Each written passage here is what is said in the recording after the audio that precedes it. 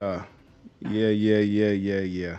How y'all doing? My name is Milton Craig Spence the Third. I am Creator Milt on all platforms, and I'm here today to have a show. I got a couple of things on my mind that I wanted to speak on today. A couple of them being based upon the news of Kendrick Lamar being selected for entertainment for the evening. And also, I wanted to speak on the factor of my Atlanta Falcons. I'm a Falcon fan. If you don't know me, I was born and raised in ATL, so I rock with the home team. Although I do love football altogether, I rock with the home team. I love football altogether, but I rocks with the home team, regardless if it's the Falcons, regardless if it's the Braves, regardless of who it is, I'm rocking with them. I don't care what you say. I don't care how you feel about it. That's just what it is. And if you can see here, I have a gash on my head because I cut it on my outside patio trying to be a yard man. Anyway, how y'all doing today? Everybody is well. Listen, let's go ahead and jump into it. So first things first, man. I just want to say that I pray you guys had a blessed weekend. I pray that you all had an amazing time over this weekend and that you are so far on this beautiful Monday having a great week. Let's jump into it though. Let's jump right into it, man.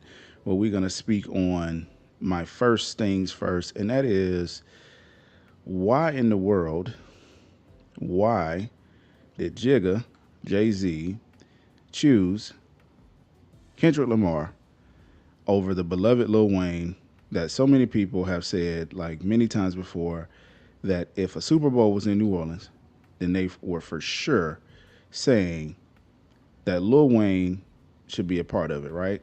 Because it's like it's common sense. It's like, all right, Lil Wayne definitely needs to be a part of it. And I guess to the rest of the world, yeah, that would make sense, right? Like Lil Wayne being a part of it. But I guess to people like you and I, it's like, why does it matter? I tell you why it matters. It's culture. It's nothing else but culture, okay? And that's all. So when you think about any city that you're from, when you think about any city that is in the United States, you think about the fact that everywhere, everywhere, all of these places, all of these people have people from those states, right, that are needed in order to be a part of that culture and be represented. Because most of the time, people believe that those artists bring in a certain amount of money, which is true in some cases. In a lot of cases, it is not.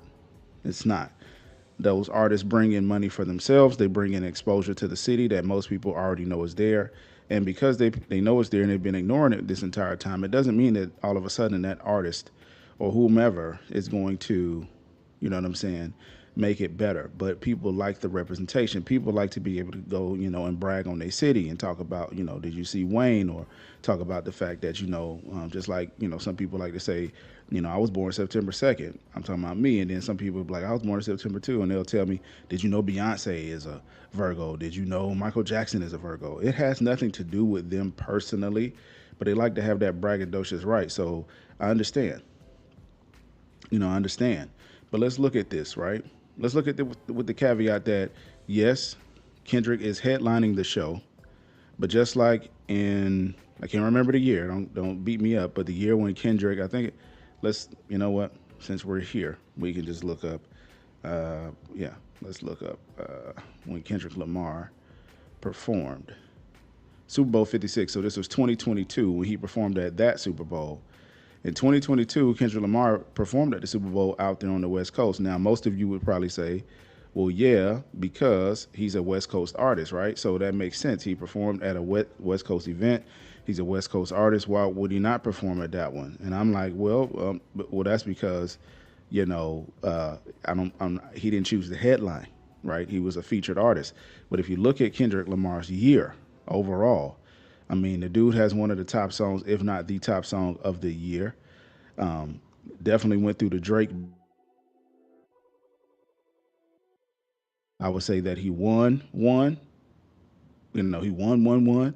But I mean, when it comes down to him and this whole aspect of his career, it's kind of like well overdue for somebody of his stature, considering everything he's talked about in as many Grammys he's won and how much of a recognized artist he is in the industry and amongst those people who are in that space. Now, What I will say is, or wonder is this the first time an independent artist has performed at the Super Bowl?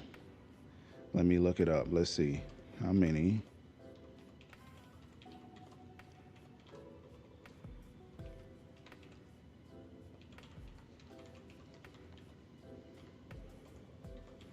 If you don't like the way I type, trust me, I don't either. I'll be. Aha. So it was actually Usher. I'm glad I looked this up. So Usher was the first. Get out of here. Although I like Chipotle. Usher was the first, up until this date, the only independent artist who's ever performed at a Super Bowl halftime show. That's amazing. So Usher is the very first artist. Excuse me. Sorry, guys.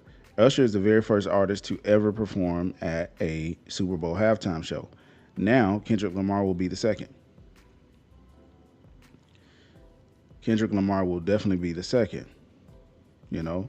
And I think that's amazing considering, right? It's like, uh, you know, the thought process behind it, I'm sure, is the fact that when it comes down to market dollars, when it comes down to who's more marketable or what people relate to, I know Lil Wayne would definitely relate with certain crowds, and I'm pretty sure he will relate to all crowds because he did dibble and dabble into rock music at some time, and he does have a distinctive voice where people would know it.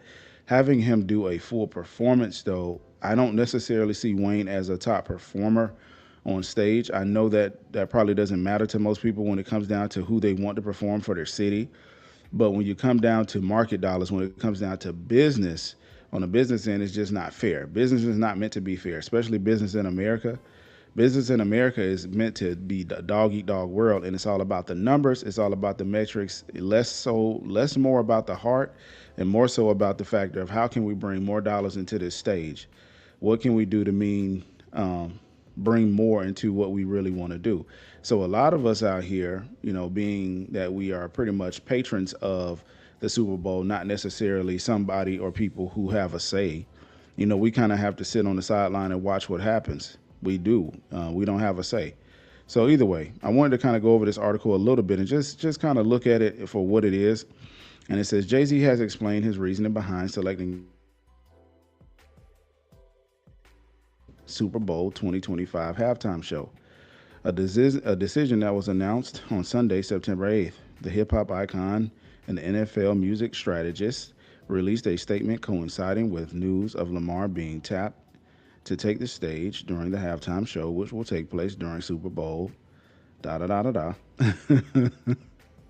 If you looked at me and said, "What?" I think that's 56. Super Bowl 56 in New Orleans, Louisiana in February 2025. Kendrick Lamar is truly a once in a generation artist and performer, Jay-Z said of the 17 Grammy Award winner.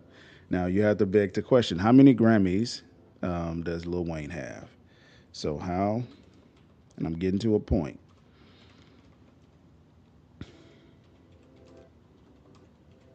I'm getting to a point with the factor of the question. So, if you see here on the page, it says Lil Wayne has 5 Grammys. So in America, you're either known by the other folks or you're not known by those folks.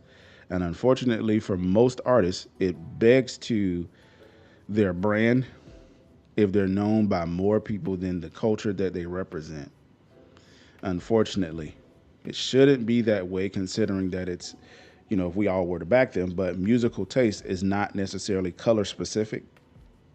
We try to separate it that way or make it that way, but musical taste is not color specific. Art is not color specific. Art is art.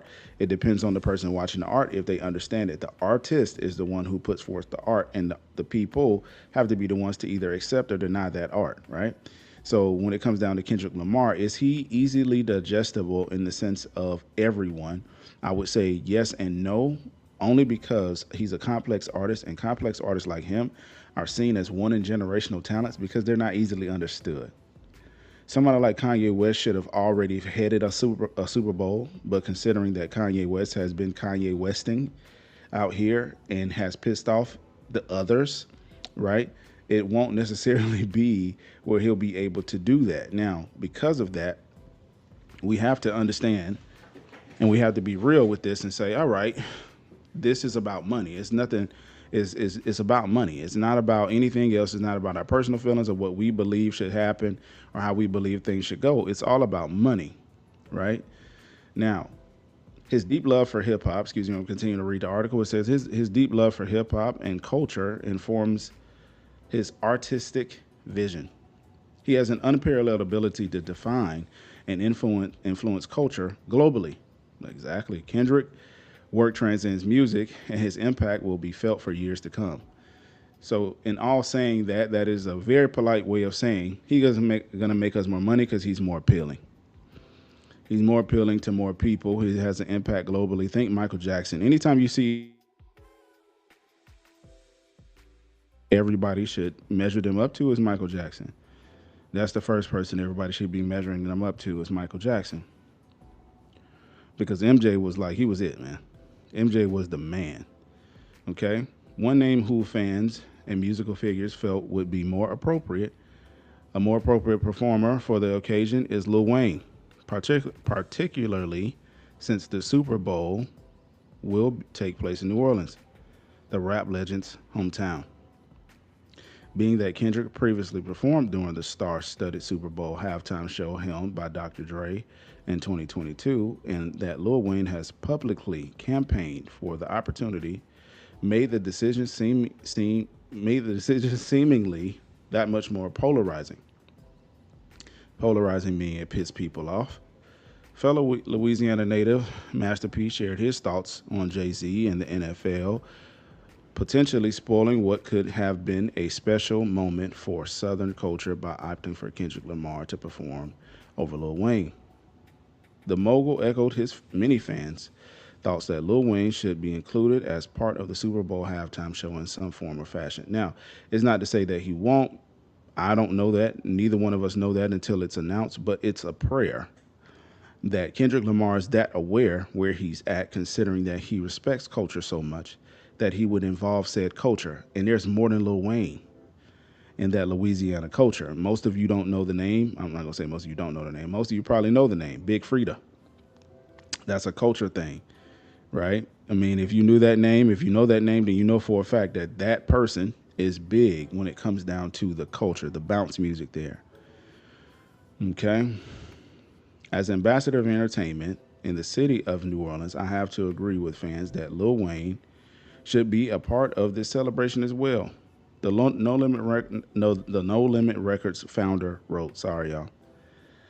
He's one of the greatest hip hop artists alive, still relevant, and he's a New Orleans native. Let's not miss this cultural moment in the South. Life is too short. We have to give our legends their flowers while they are here. Okay, so this is where it begs to say people like him should be in the room, right? When they're having these meetings of who is the artists that are going to represent the city that we're hosting the Super Bowl in. People from that city who are the artists probably should represent the choice or the choices of who will represent that city, you know, who will call down the music. I, for one, am great with the idea that wherever the Super Bowl is held, wherever it's held, that the people in that city should be the ones to, you know what I'm saying, come up with that name. I mean, it's going to come up with the show because that city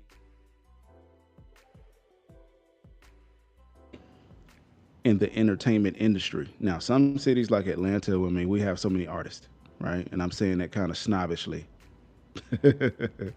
But in the A, man, we have a lot of artists. So a Super Bowl in Atlanta, right, having our artists there would be, which did happen. I guess it wasn't really like what I thought it would be cracked up to be. It was okay. But, you know, and I think they chose the more pleasant ones, if you will, not necessarily all the talent that we have. But I think that the NFL should host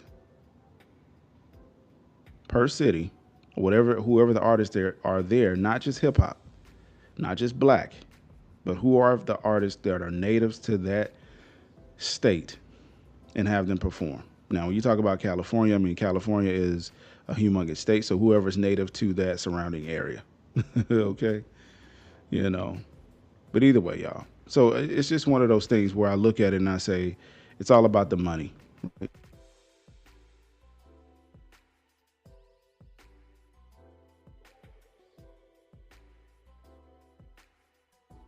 Right. And I wish that people like Jay Z would take into consideration that, yes, Jay, we get it. You're a businessman. Yes, Jay, we get it that you want others to see you as that. But you're also in a position where you claim to represent, our culture. You claim to represent what we stand for. And in a lot of situations, man, we've kind of seen you turn coat. We've definitely seen you turn coat when it comes down to Colin Kaepernick. We've definitely seen you turn coat when it comes down to your stance with the NFL because initially I think Jay Z said, let me see, Jay says not to form.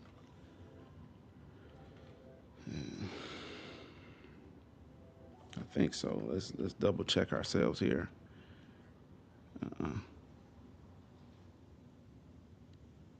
I don't want to see the.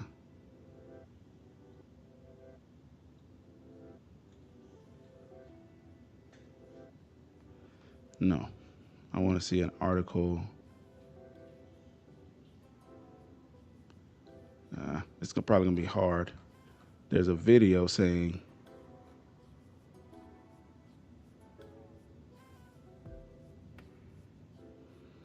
All right, let's check it out here.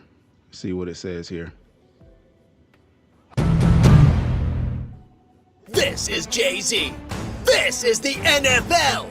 And this is what Jay-Z just did to the NFL in his brand new song.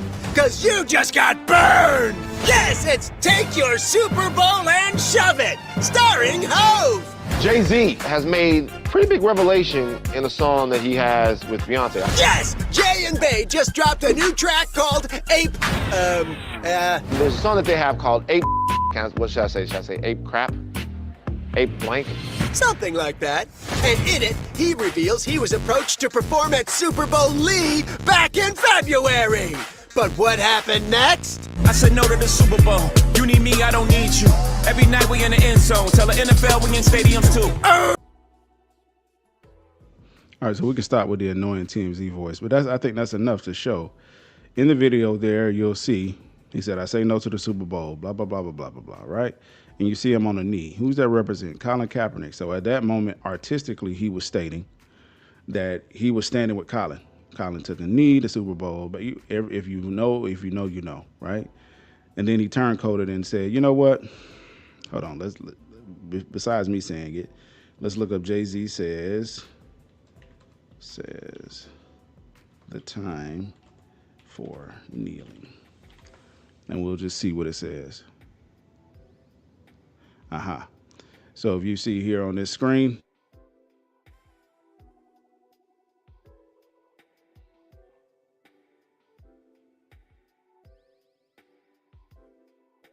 I think it's time to go into actionable items. I think everyone knows what the issue is, and we're done with that. So you went from that to that. Now, when it comes down to it, we all know why he did what he did, and it's because Jay-Z wanted that bag. He wanted that money. He wanted that bread. And when he got his money, what's the point of then standing with you guys if I'm like, hey, well, I'm going to get this bread so we can all move on. You know what I'm saying? I'm Jay-Z. I'm not doing this for free, right? And he said himself, I'm a businessman, right? I'm not a businessman. I'm a businessman. So let me handle my business. Damn. So when it comes to somebody like him, he's not going to let up. He's going to handle his business every time.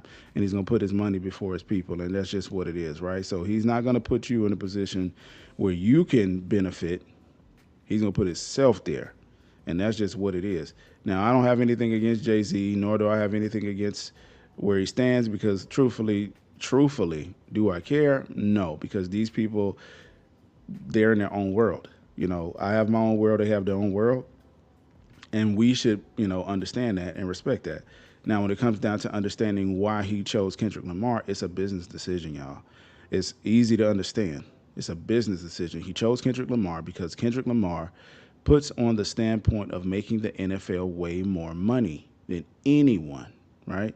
It has nothing to do with anything else except for the mighty, mighty dollar bill, y'all. Dollar bill. That's just what it is. And if you fight that, then you're just as foolish as the people who like, well, Lil Wayne, Lil Wayne, Lil Wayne. Lil Wayne ain't gonna bring butts to seats. And most of the people who go to Super Bowls are people who probably recognize a Kendrick Lamar over Lil Wayne. Sadly, when you look in the crowd at Super Bowls, you do not see a lot of people who represent that city. Or the cultures of the music that are there. You see a lot more people who represent what? All right. Now, that's no shame on nobody else, but that's just what it is. Like, that's just what it is, man. And so we must get out of the mindset, that somehow people are owing us something as black folks in the city. Instead, we are supposed to have the type of people in place that are cool with us having our representation. But I really think to make it fair down the line, we should represent all the cultures in that city, all the artists who are from that city, right? And then you can get into the factor of the cultures that moved there. Since America's such a melting pot, let's just embrace everybody, right? I mean, that's kind of what we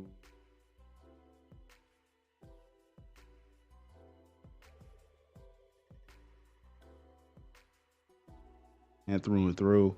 I am hurt. I am hurt. I am hurt because this picture says it all.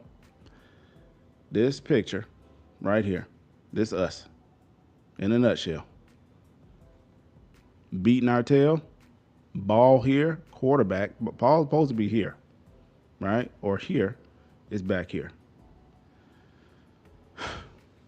Yep. So Atlanta, the Falcons, man. I mean, we stunk it up yesterday. We stunk it up pretty bad. Now, for me, I'm not a fan of the feeding Bijan Robinson to death offense. I'm also not a fan of the fact that when it comes down to football in general, that you have a lot of people out here who will constantly stand and err on the side that, when it comes down to quarterbacks, when it comes down to these people, they'll err on the side. Let me see something real quick. They'll err on the side that people are supposed to be, satisfied with the product on the field. Now, what's crazy about it is this. As people who work every day, you look at these football players, you look at these athletes, these people get paid, we know, unsurmountable amounts of money to go out there and do a certain thing. They're able to walk around each day around us as winners, losers, whatever, okay? When they win, the people celebrate, and when they lose, the people hate them. Reason being is the same thing. It's representation. So a lot of us are looking at these football players and we're wondering to ourselves, when are you going to have to be up to the standard that we have to be under when we go to work and we don't make as much money? Not trying to say our jobs, we don't get hit in the body, but at the same token, we're choosing our job just as well as they're choosing football to play. Now, a lot of people would say, if you're gonna complain, then just go play ball. But some people aren't built to be athletic. But everybody in America, considering we're a capitalistic, we're definitely a capitalistic whole, if you will, then everybody understands that you have to make money. That's just what it is. Everybody understands you got to make bread. So however you choose to make your bread, I'm not trying to say instead of illegal. I'm not with the illegal stuff, and I'm not falling for that or with that whatsoever. But when it comes down to it, as a Falcon fan, as somebody who watches football, and as somebody who played football throughout his life, as somebody who loves the game of football, I am frustrated beyond, because you watch these people go out and play a game. Now, as I'm an older guy, I can say this.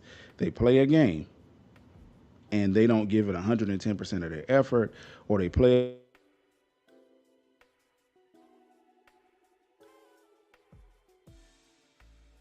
ability. It's because, oh my goodness, all of a sudden I get out there to play said game and I can't, or I forget how to, or my athletic, like the coaching doesn't match up. And it just makes me wonder about the cesspool of money that goes into athletics. It makes me wonder why. And I think obviously it's because if people are kept entertained, then it also helps to cut down on what people really think about. It helps to cut down on what people really want to do. It helps to cut down on productivity. It helps to cut down on certain things when it comes down to us, because I truly believe that when it comes down to us, especially, us folks here in these United States, we are not wanted. We are not necessarily wanted to be thought changers or be people who think. But I don't want to get too deep off into that. It's just that I know for a fact the Atlanta Falcons yesterday, every freaking article, right, is gonna be disparaging. The only promise yesterday was the fact that the defense didn't give up a touchdown. But when your defense doesn't give up a touchdown, the Atlanta Falcons are supposed to go down and stomp them folks in the throat. Also, it's supposed to be where these people are not only subjugated to thrashing, but they're also supposed to be subjugated to the fact that we're supposed to be getting a dub. You practice all offseason. You go over your plays. You're supposed to be developing game plans in order to beat people.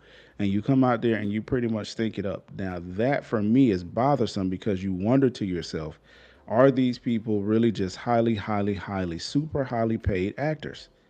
Are they super highly paid actors and not actresses, excuse me, but actors, to the point where you wonder how much money is in football and how much money is dictating football, right?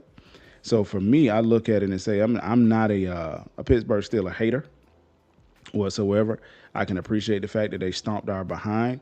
But one thing I truly dislike is the fact that we constantly come up with the excuses in press conference, the excuses to say we suck, or the excuses instead of just saying, hey, we need help, right? Or we need to do this or that in order to become better and win the next game. And I think there has to be something to be said, right? Football is one of those sports where if you've ever played it, you throw your body on the line. If you play, you throw your body on the line, you throw yourself out there 100%. And there's a lot of people who will look at that and say,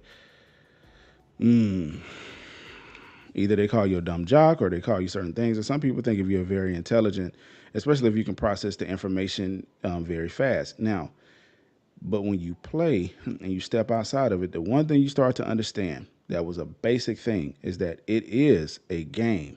It is a game. It's a game. And it has levels to it. And if you've ever been involved with football beyond just the factor of being on the team, when you've been intricate, indicted into the team in some form or fashion, into the political realms of that squad, you start to realize it's more of a business than it is a game. When the older you get, the more you get up, it's more of a business. So you start to figure out, like, sometimes it ain't just talent.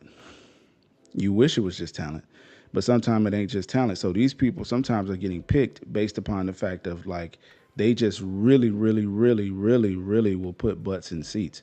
Because you start to pay attention. You're like, wait a second. I've known people in my life who would throw a football better than that, who are faster than that, who got more moves than that, who can do this and who can do that, and they're sitting at home. Why is this person there? Sometimes it's because they can put butts in seats, and sometimes it's just because they're there to fill a roster spot. Now, I don't know everything there is to know about the business ends of football, but I do understand one thing. And when you watch these people play, you can tell the teams who are 100% sold out to, if there is a script, they want to win. They want to get wins. They're wanting to get wins. And I don't know, the conspiracies behind football sometimes throw me off because it's so much money into it, especially overseas. When you talk to people, if you have family or friends who live overseas and they work at these betting places, find out from them. I think that was the people doing construction in my front yard. But find out from those people how much money is bet on NFL games overseas. Because if you see, okay, fine. You see all of these betting places coming up now. Like, let's just say, let's put in NFL bet. Okay, we got DraftKings, FanDuel, Gridiron AI, Pool Hole, Bet Sheet. I can keep going. Gambling Pro, online sportsbook, betting sites, and sports books. Let's see. I mean, look at these places, man. So America is becoming a place. Oh, I'm sitting over here talking. I'm not even showing the thing. Sorry, y'all. So you can have all of these places, right? that you can bet on sports. Okay? You can bet on sports in America now. Before it was heavily done overseas. Now it's done more so here. That should tell you something. If they're making it quote unquote legal here, if they're making it where you can make money on the game here, that lets you know they were losing money by going to other countries. And we all know America is real big on not losing money. So I wonder to myself, again, this is not just because my team lost. This has everything to do with the fact that I wonder to myself, is these industries, because it's a sports industry, are these people just highly paid actors, man, with athletic ability? You start to wonder. You do start to wonder because the contracts that they sign are so intricate. You just start to wonder. And of course, it's such a huge outfit that getting to the bottom of these things would be tough unless you were a savvy investigative journalist. And I am not that. But either way, moving on to the next topic. Something that I'm always interested in, and I always do each day, is I read something that I have no idea what the heck the title is talking about, and I don't understand the subject, or I don't understand why, because I'm always one of those people that want to know a little bit about everything and understand even more how much I do not know. So this is one of those topics, right? And it says death doesn't exist and may just be an illusion, according to quantum physics. This is one of those subjects, just by the title, I'm always like, yeah, most of the time, I mean, can you say it doesn't exist or can you say it can? Hold on, let me go here. I just want to kind of see what I'm about to get into because I saw the title and it's something I figured I would share with you guys. Okay, the illusion of death. It says, our current way of thinking goes on to assume that the world has an objective existence independent of the observer, us. However, numerous experiments have suggested otherwise. We view life as the activity of carbon and other molecules. That's science. We live for a while and then decay into the ground. This belief leads us to accept the concept of death, primarily because we identify with ourselves within our physical bodies, which eventually perish. However, biocentrism, a theory proposed by Dr. Robert Lanza, argues that if we incorporate life and consciousness into the equation, many scientific puzzles can be explained, including why the universe appears fine-tuned for life. Now, just by reading that, I can kind of go into the factor of death when it comes down to life, when it comes down to the spirit. Because it says to be absent from the body is to be present with the Lord. Now, that's the word of God. It also states that, in the word of God that from the dust we were formed, into the dust we shall return. Okay? So for me, I'm not big on the death doesn't exist aspect. What I'm big on is the fact of how are we trying to take something as human beings. Now, understanding that hypothesis is necessary in science, but respectfully, as a human being, something I cannot explain. Like, if you take the opportunity right now to think, try your best, close your eyes and try your best to create a day. Like, try to create a day. Try to create a day in which, the sun rises, and all the things that have to happen in the matter of a 24-hour quote unquote span.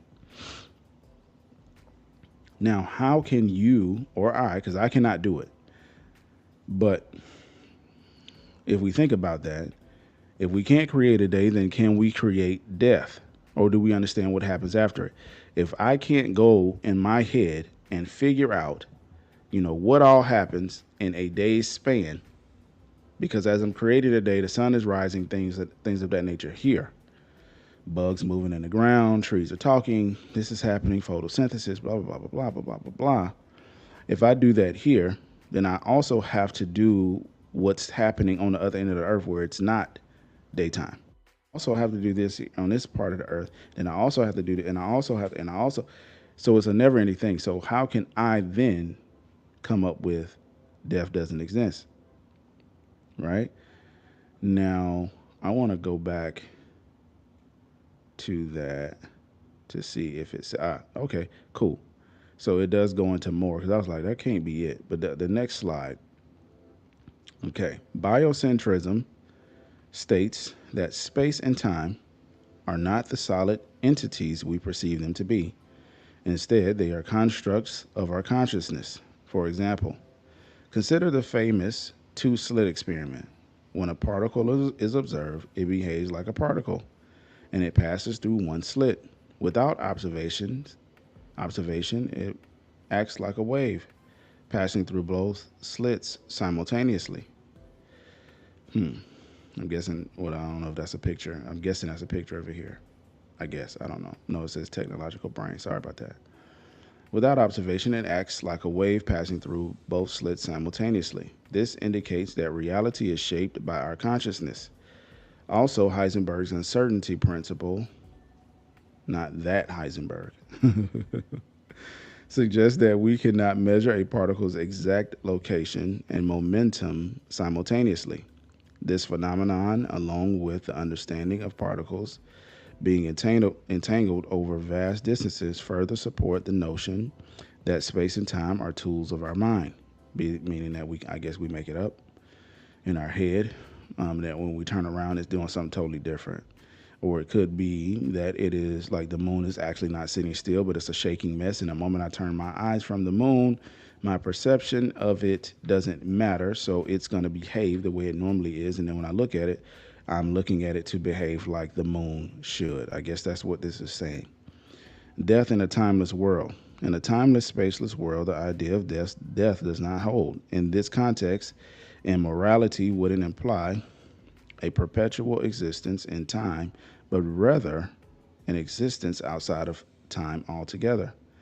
This idea aligns with the recent experiment showing that light particles can communicate instantaneously as if there were no space or time separating them. Such findings suggest that our understanding of time and space, by extension, life and death, is deeply flawed.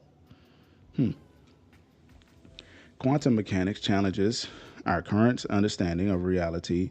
The many worlds interpretation, for example, states that every possible observation corresponds to a different universe.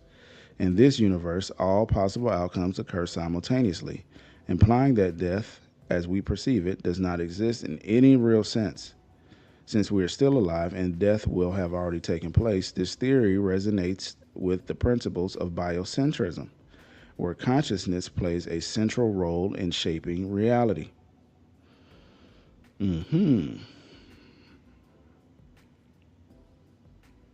So it's like the multiverse. Okay. Yeah. Multiverse theory. Now, I'm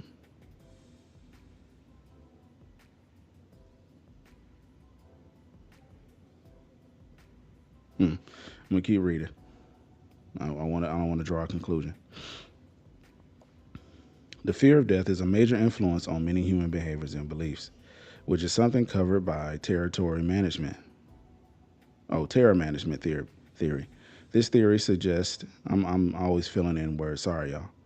This theory suggests that our existential dread drives us to cling to beliefs that connect us to something greater than our mortal selves. For physicists, grappling with the implications, okay, so if death doesn't exist, never mind. For physicists, grappling with the implications of quantum mechanics and the potential for an observer-dependent reality can be both unsettling and comforting. Consciousness influencing our universe can provide a sense of purpose and continuity beyond physical death. So let me wonder here. If I pass away, then are they trying to say when I go into the ground, I'm not dead, but I'm now a part of the ground. I now have a life down there. I now am in a different multiverse. I'm now in a different universe. I'm now a part of the ground. When I was in my mom's stomach, that was a different universe. When I came on Earth, I was then in this universe. And then when I die and go into the ground, I'm in that universe. What happens when I get mixed in with water? I go into the water universe. I do this and I'm in this. So I'm guessing that's where they're getting that from and trying to say that what we observe is based upon something It's something that we're taught. And the observation of the world around us means that things around us behave differently. It's kind of like those movies when, you see the person and they're going in the room 1 minute and the freaking doll is moving. They turn it back, the doll does something else. It's kind of trying to say that in regards to how the universe is. So as I look around this room right now, if I turn my head, there's a box over here to my left. If I turn my head, the box may not be operating as a box. If I turn to my right, this may not operate as that. I wonder if that's what they're getting at. And what's throwing me the most with this is the factor of this, okay? If there's no death, then there technically at that point is no life, meaning that I am not conscious. I am just somebody within a state of being. I am just somebody here.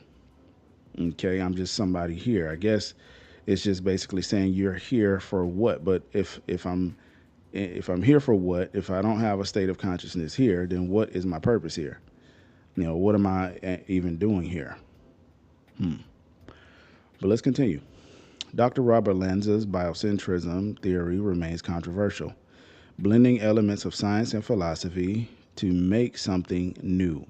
Critics argue that it lacks a solid mathematical foundation and veers into speculative territory, which is both a fair critique and completely true. However, Lanza continues to refine his ideas and aims to bridge the gaps between biotechnology and physics. Okay, so he wants to create robots. Yeah, okay. His work suggests that understanding consciousness could revolutionize our perception of life, death, and the universe. I think he's had some type of experience. I want to look up Dr. Robert Lanza. Conclusion.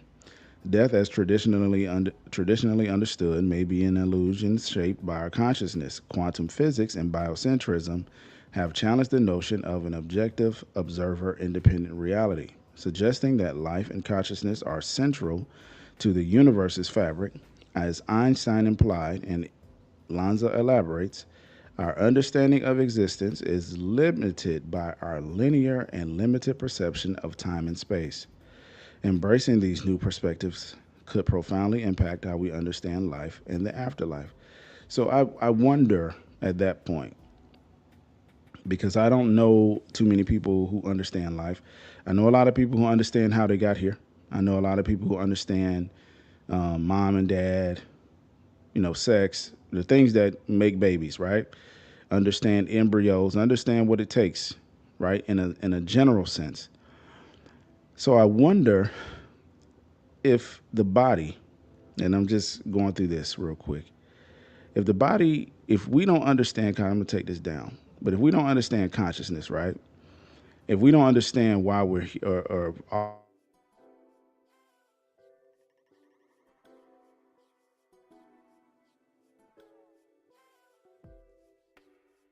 through a length in order to create more consciousless beings, and then the woman's body goes through such great lengths in order to create another being that will also be consciousless, or the perception of that being is off. Why is that such a widespread thing? Why is it such a widespread truth at that point? Like, I guess for me, it begs to differ that, okay, fine. We have no idea what we're doing or what we're talking about, but at the same token, we do. So it's like if let's just say that person, what is their reason behind trying to do this? If he doesn't have a understanding of consciousness, an understanding of his life, then why is he even trying to prove it to everybody else that he doesn't understand? Why does he not just go on to live as if he doesn't understand instead of trying to make some type of scientific theory? I guess that's why people would poke holes in the argument to say, it's lacking a little bit of foundation, and mathematically it doesn't make sense, because even the universe, when they have some subsonic sounds or something like that of the universe, where the universe is making sounds. And if you ever heard something like that, it makes you feel like, how could they say, we don't exist? How could they say, we don't have an existence? We have an existence.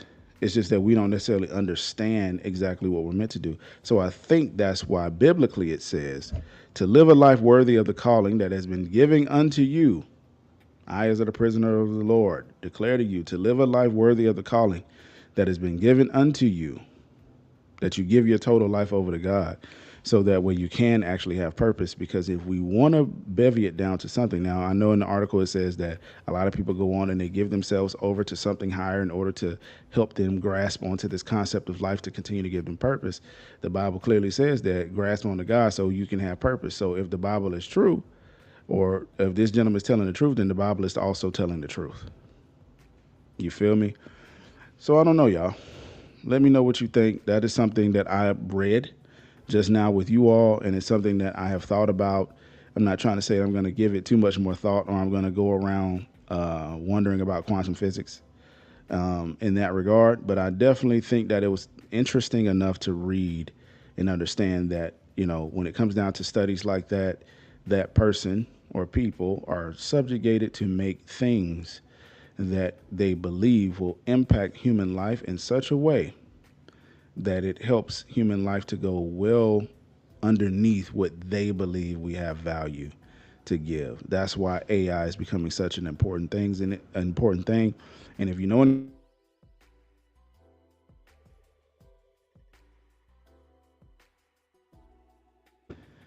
it is people like that gentleman who are going to be running this world. Okay. Either way, much love to y'all. I appreciate y'all tuning in. I gotta go. Peace.